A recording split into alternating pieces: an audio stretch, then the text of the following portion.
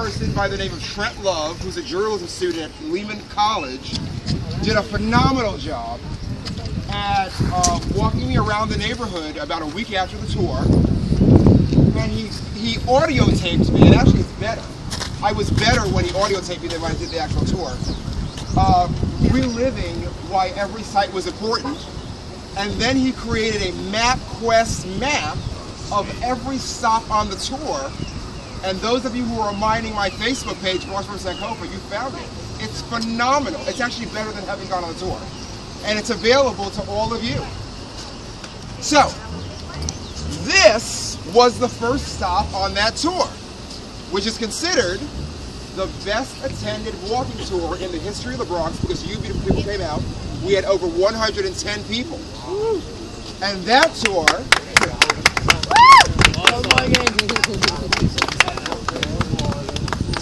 And that tour used this location, the intersection of Boston Road and Allerton Avenue, as its focal point. Would anybody tell us there are many things that 2013 is the 50th anniversary of, but in terms of public policy in America as it relates to human rights, why is 1963 crucially important? What are some big things that happened in 1963? March on Washington. March on Washington. Yes, the March on Washington for Jobs and Freedom, which was not organized by Dr. Martin Luther King Jr., although he did give the famous I Have a Dream speech there. It was organized by a labor leader, Bayard Rustin, for whom there is an excellent video documentary on PBS that any of you who have internet can watch for free. Bayard Rustin, labor leader, among other things, organized the March on Washington for Jobs and Freedom.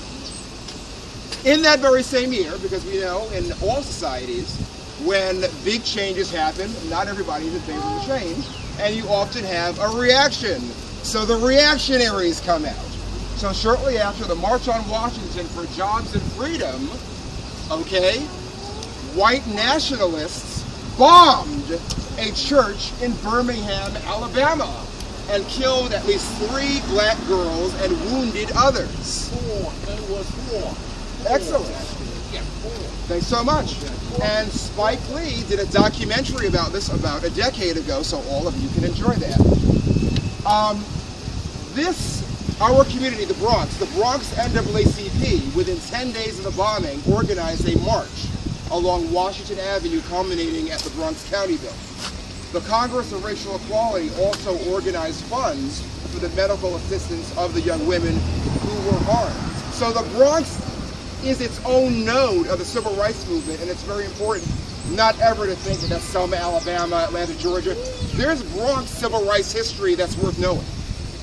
Okay, the Williamsbridge branch of the NAACP was partly organized about getting African Americans to be able to participate in some of the retail jobs along White Plains Road, because there were almost no African Americans or Afro-Caribbeans working along White Plains Road in the 1950s. And so one of their earliest campaigns was to open up job opportunities. Here at White Castle, they were also opening up job opportunities because the Congress of Racial Equality was alleging, and the New York Times and the Amsterdam News reported, that at that time, the only thing White Castle would hire African Americans to do was to be porters. And this is very important. So if we're trying to understand why there are economic disparities between different ethnic groups, there are real reasons. If you can't be a contractor to build a building, if you can't be a distributor to move the food around, if you can't do the accounting, the logistics, and the other professional services, then how can you move out of poverty? Public policy matters. And the Bronx has history like that on every corner that's worth knowing, and this is just one note of that. And we know about it because it's beautifully reported in the Amsterdam News and the New York Times. Here we go. Hey, we're having a tour of this part of the Bronx. Join us.